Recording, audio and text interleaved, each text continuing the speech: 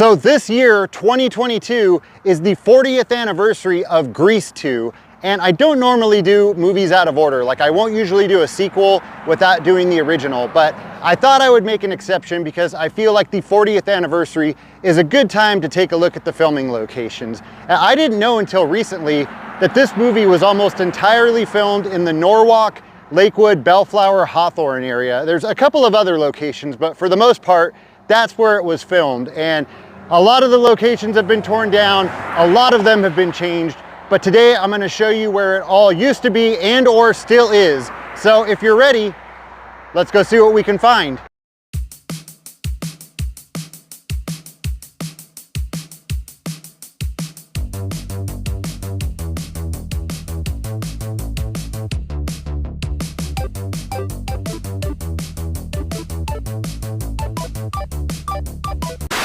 So a lot of the movie takes place right here at Excelsior High School in Norwalk, California. And this stood in as Rydell High. And I'm sure a lot of you know that this is not the same school that was used for Rydell High in the first movie, but we'll talk about that when I do my video on the original Grease. Now, like I said, a lot of the movie was filmed right here, including that entire opening scene. Now, the camera kind of starts at the roof and then slowly pans down to show Miss McGee and Blanche coming out to the flagpole. And you can see the flagpole is a bit different. It doesn't have that base around it anymore. And they're putting the flag up and talking about how it's going to be a great year. And that's when they see all the students arrive. Right here in front of the school is where all of the school buses were parked, blocking everything outside of the school. But if you look really hard through the windows of the school bus, you can actually see this shopping center across the street. Right here in front, there was a small gap, and that's where the pink ladies pull up. They park their car right here.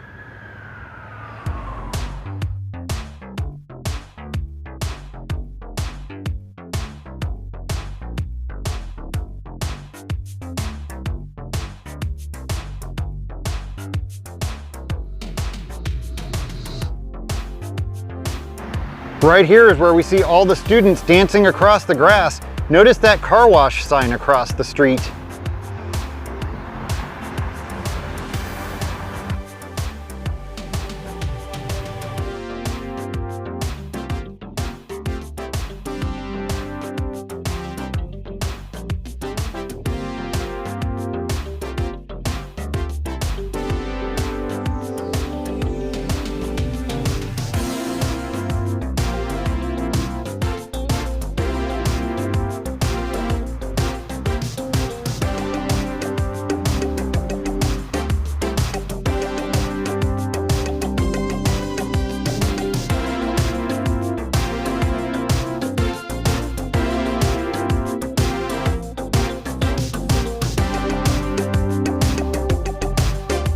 This right here is the final shot of that opening number with Frenchie and Michael walking through the front door, and then at the last minute a guy comes running up and dives through this window right here. Now, I don't know why he couldn't just go through the front door like everyone else, but I guess since there was a trampoline right there, he thought, you know, why not?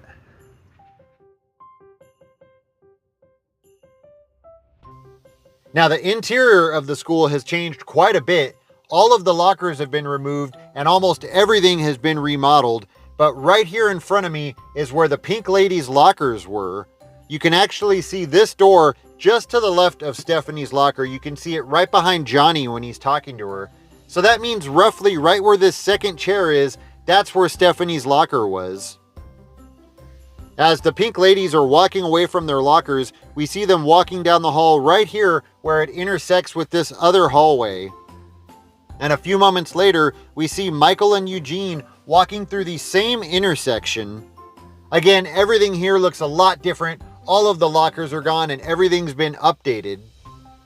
Michael goes to grab himself a locker and he unknowingly takes one in the T-Birds territory. Notice that water fountain. Right here is where the T-Birds lockers were, and there's that water fountain. It's just been updated.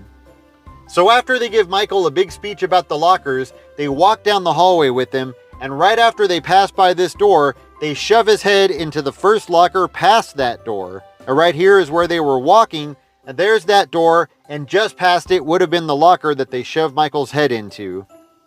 Michael stands there watching as the T-Birds walk away, and that's when he has his first encounter with Stephanie, and that happens in the same intersection that they were walking through moments earlier. Next, we head out to the Rydell High football field, which of course in real life was the Excelsior High football field. Right here, this is where Michael's running around the track. You see that building right there looks exactly the same. Those 3 windows and even the water fountain is still there. And as he comes around this corner, that's when the 2 girls stop him and they're bugging him about playing piano for the talent show. Notice all of these trees. They can be seen in the movie, just of course they've gotten a lot bigger. Now this is where he tells them that he'll play piano in the talent show, and they finally stop bugging him. Now Frenchie comes running over from right here to talk to Michael, and you can tell because of this baseball backstop and those 2 buildings right there. And Michael watches as the pink ladies walk away, and that fence that they're walking along is gone, but you can still match up the shot because of the scoreboard. Now this is pretty much the shot right here. Michael was leaning up against the fence, and Frenchie was on the other side talking to him, telling him to just stay away from the pink ladies. It was right here where the T-Birds are pushing the coach, and you see him moving past all of these buildings, and he's telling the T-Birds, you gotta push, you gotta push, come on. And then it's right before they get to the scoreboard that they stop, and then they give it one final push, and there was that big hole dug in the ground right here, and they end up pushing the coach into that hole.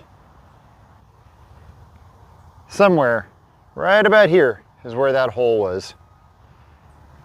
Right here is where you see Balmudo and his motorcycle gang showing up. Not really sure why he's still messing around with high school kids, but this is where they're rolling into the school. They pull up and they park their motorcycles right about here, and you can actually see this house behind them. And then the T-Birds, they put on their leather jackets and they come over to confront him, and they were standing right here. You can see all of this behind them, the concession stand and the street lights.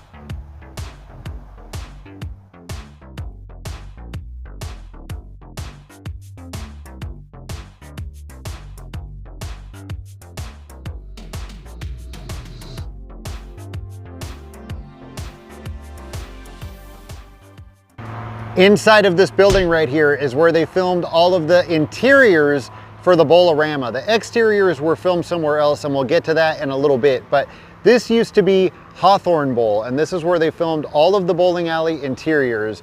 You can see it's now the Hawthorne School District, but the outside of the building still looks exactly like a bowling alley. Now, I'm pretty sure that the interiors have been completely gutted and probably nothing in there resembles a bowling alley, but I'm gonna go inside and see if I can look around and see if I can find anything, so wish me luck.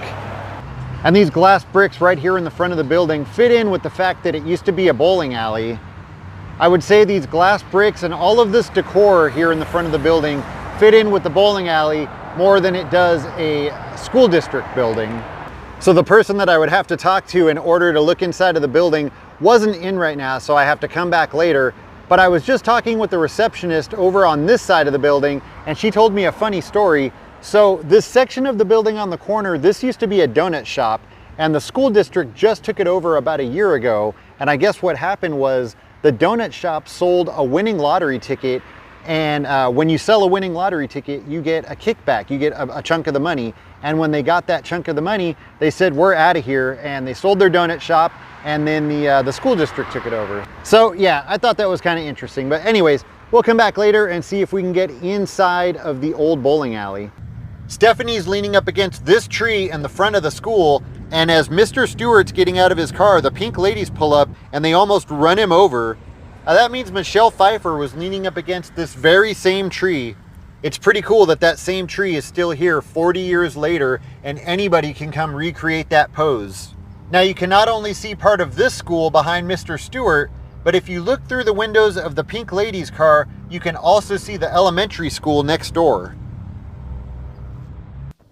So we're now on the second floor of the school, and this is where Mr. Stewart is trying to figure out where to go, and he runs into Miss McGee, who introduces him to Miss Mason. Now, I'm sure that's where this takes place. I'm sure you're sure. Yes, I am.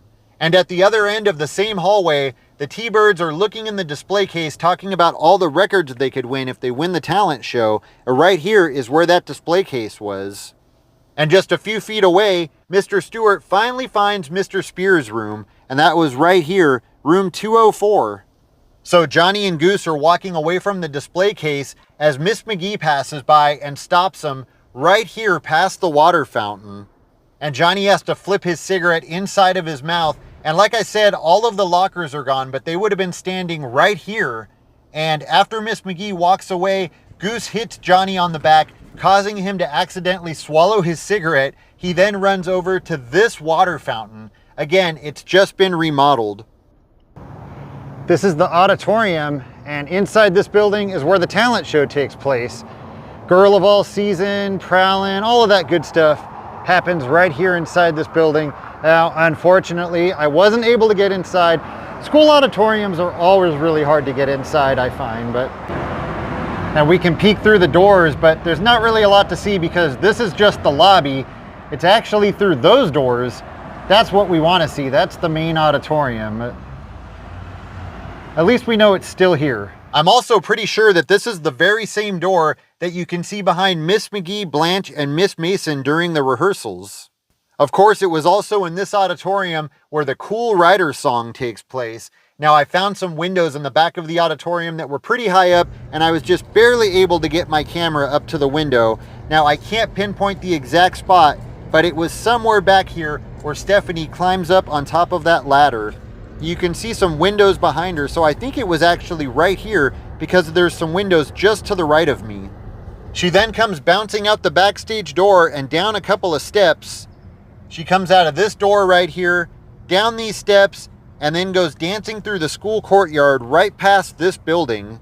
And Michael comes to the backstage door and he watches her dance away, and you can actually see this tree, and again, it's of course gotten a lot bigger in the last 40 years. So this is kind of a tricky one, but I'm pretty sure that this is where Michael meets up with Johnny to give him the paper that he wrote for him. The only problem is there's no longer a sidewalk here. There's now a set of stairs leading down, and it looks like they maybe installed an air conditioning system down there, but everything matches up, including that building on the left and the building straight ahead, which is the main office. It just, again, looks like they got rid of the sidewalk, but I'm about 99% sure that this is the right spot. So it's really hard to pick a favorite song from Grease 2 or from the original Grease, but a lot of people seem to really like the reproduction song. Now, you'll remember this from earlier. It's where Mr. Stewart and Miss Mason first meet, and if we come right around the corner to this classroom, room number 209, this is where they do the reproduction song. Now, the entire classroom has been remodeled. They've definitely changed the ceiling and the lights. However, the windows are all in the right place. Those still match up, and you can just tell that this is the right room. Now, while standing here looking at it, I gotta say, it's crazy to think that it was right here where that song and dance took place. Now a feed and pet store, but this was the motorcycle salvage yard where Michael comes to put his motorcycle together, but it's pretty much completely unrecognizable now. So I was just talking to the lady that owns the feed store. She came out to see what I was doing while I was filming her building, and I'm glad that she did because she gave me some information, and she was extremely nice. So she told me that at the time of filming, her father owned the feed store. The feed store was here, but this over here was indeed a motorcycle salvage yard.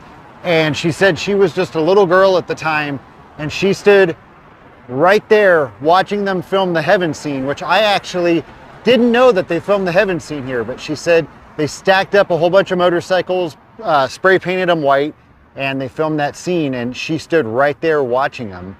She also told me that all of these buildings are indeed the same ones that we see in the movie, that later on her father acquired this side of the property, and then he just enclosed all of those buildings that used to be the garages that you see in the movie.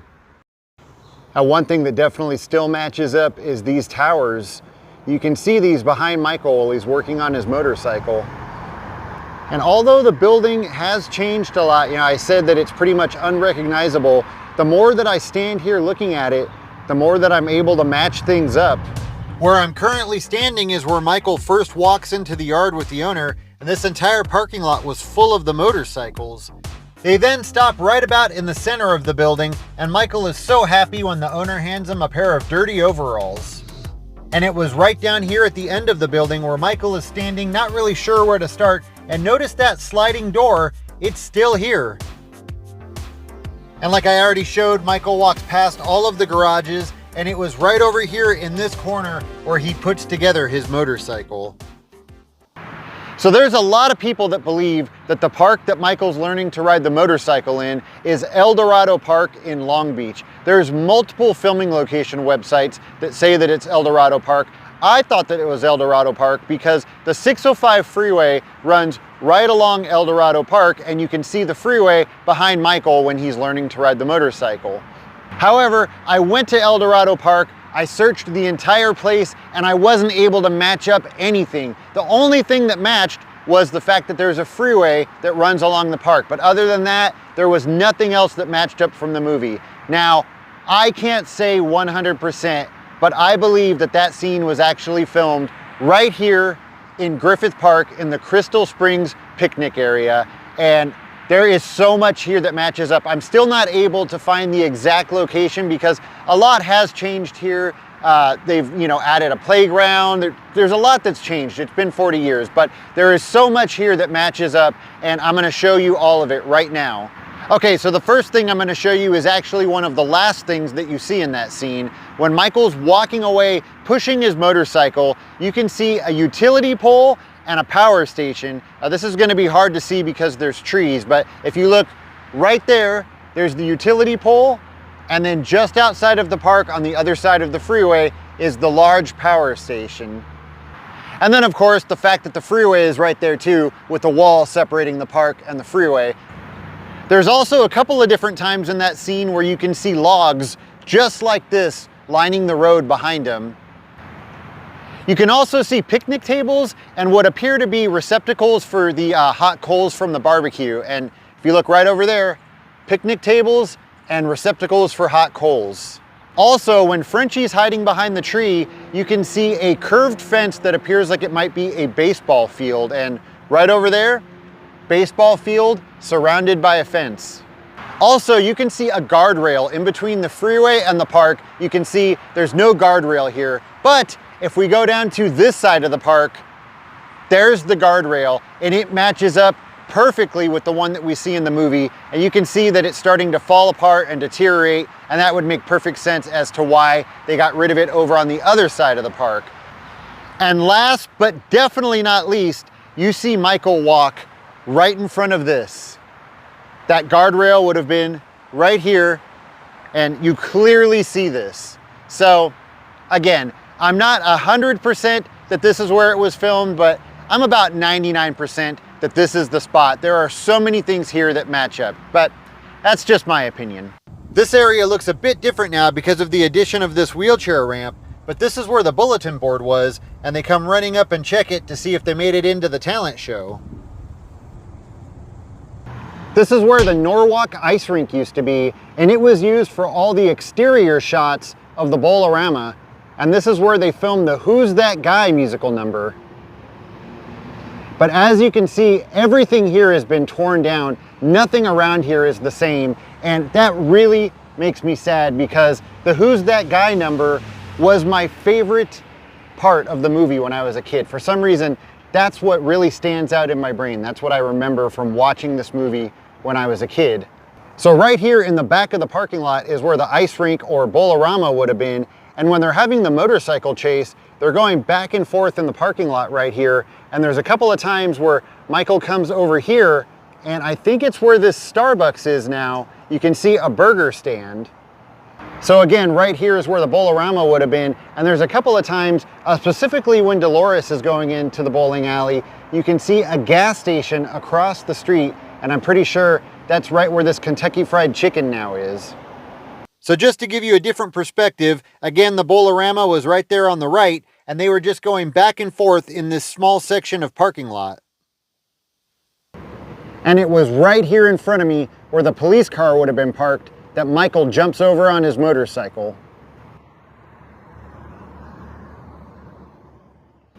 This is where Jake's garage used to be, the gas station that Stephanie worked at. Now obviously the garage building has since been torn down and replaced with this car wash. We first see Jake's garage where we see Stephanie working and she's overwhelmed by all the customers, and then Michael shows up and takes her away. So this is where the garage was, and we get some shots looking this way, and you can see like an old motel in the background. That's gone and been replaced by this newer apartment complex. And I think all of the buildings that you can see in the background over here, these have all been replaced as well. Now I think the only thing that might be the same here is when they come back to the garage at night and the T-Birds pull up, they come from right over here. I think they might actually pull into that driveway right there. And when they do, you can see this building behind them. Now the shot was taken from over here, but there's now trees that would block that shot, so we can't get the same shot. But I believe this building right here is the same one. It's got the same shape. There's also a sign that can be seen in that shot that says flowers. And again, can't get the same shot because of the trees, but if we walk right over here, I'm pretty sure that that sign right there, that's the very same one that we see in the movie that says flowers. It just now says human hair. Okay, I think it's just a wig shop, nothing to worry about. But yeah, pretty sure that is the same sign and this is the same building. Now also directly across the street used to be the shopping center that we see in the beginning of the Prowling segment, but unfortunately that's all been torn down. You can definitely make out a laundromat in the movie, and that was right here, all gone. The only thing that's left is these lampposts. When Michael and Stephanie go for a ride on his motorcycle, they're cruising through Griffith Park past the golf course.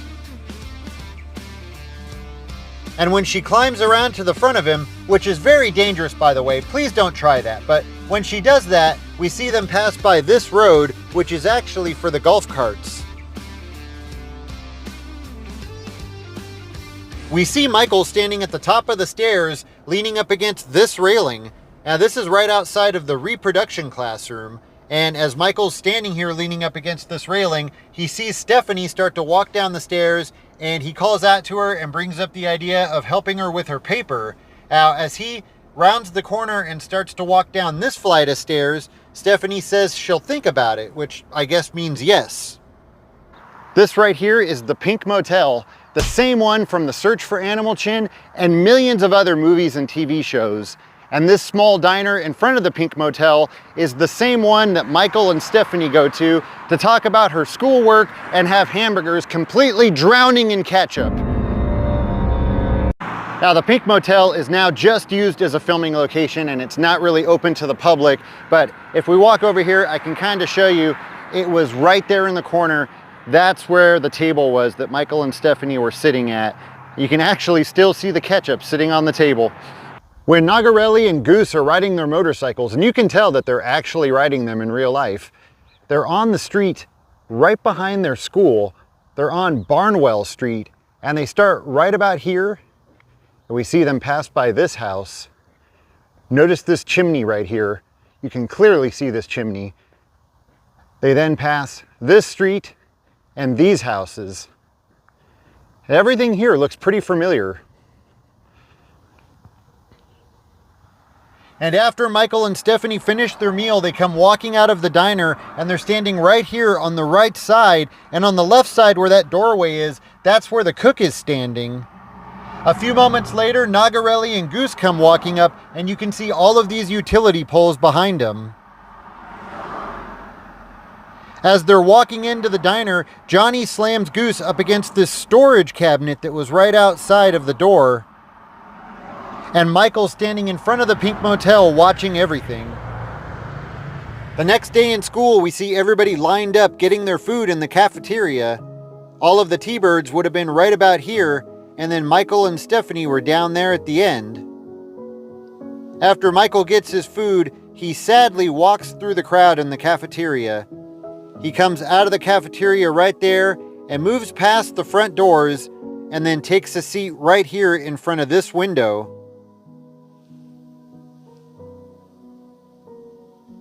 Meanwhile, Stephanie is walking out of the cafeteria. She then stops and stands in front of these windows. She comes out of those doors and she stops right about here.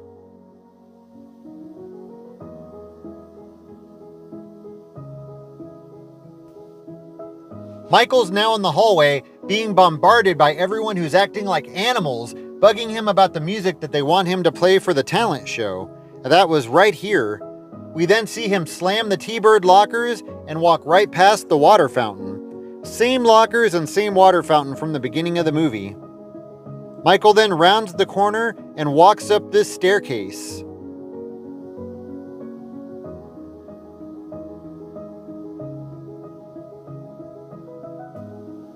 The big night has finally come. It's time for the talent show, and everybody's standing on the steps outside of the auditorium. Stephanie's standing up on the ledge waiting for Michael, or the mystery man that she doesn't even know his name. Michael finally shows up, but unfortunately so do the T-Birds, and Michael books it out of there. The T-Birds take off after him, well, as soon as they can get their sidecar turned around. That's about the time the pink ladies show up, and Stephanie yells out, "They're gonna kill him!" And she jumps in the car and they take off after the T-Birds. Now, I'm not really sure where the pink ladies come from because, as you can see, there's no driveway or anything here. But yeah, right over here is where Stephanie was standing. When the pink ladies are chasing the T-Birds, who are chasing Michael, they're coming down Bellflower Boulevard away from Flower Street, and most of the buildings here have changed. A few of them are still recognizable, but we definitely see them pass by this furniture store, and it's exactly the same. It's still a furniture store. You can also see them pass by the gas company building, which was right here until pretty recently, and now it's since been remodeled. So they follow Michael to Dead Man's Curve, and you know that's where they're headed because of the sign on the construction barrier. Now, as far as I can tell, they get the shot of them coming over the bridge right here, and then they do a little bit of camera trickery where the camera spins around and it's now shooting in the opposite direction, because this right here, this is Dead Man's Curve. This is where Michael makes that jump. So they pull up on their motorcycles right here, and this looks completely the same, the way that it's slanted down right there. And then they get off their motorcycles and they come running over here, and all the dirt's piled up and they're looking down into the wash, talking about whether or not Michael would have been able to make that jump. And probably the thing that has changed the most right here is right on the other side of the wash was a refinery, and that, as you can see, is now gone, and it's some industrial complex.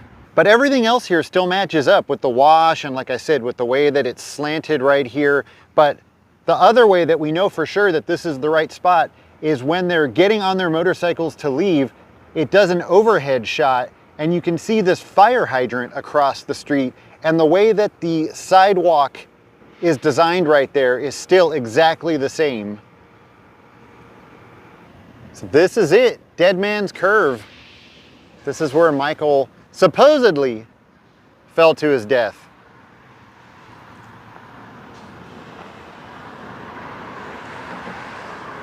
Yeah, I guess he probably wouldn't have been able to make this jump.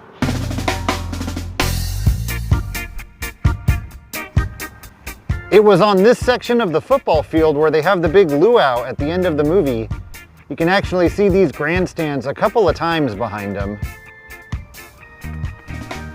So it was somewhere right out here where they set up that big pool that Michael has to jump over.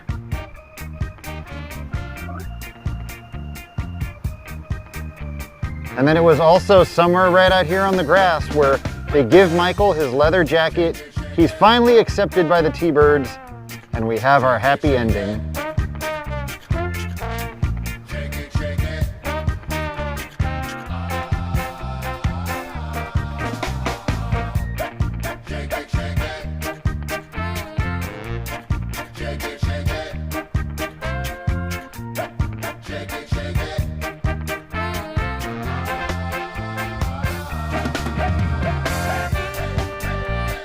Well, that was a lot of fun. I hope you all enjoyed watching it as much as I enjoyed making it. I'm really glad that I was able to find so many of the locations, and I definitely look forward to making a video on the original grease. As always, thank you so much for watching, and I'll see you next time.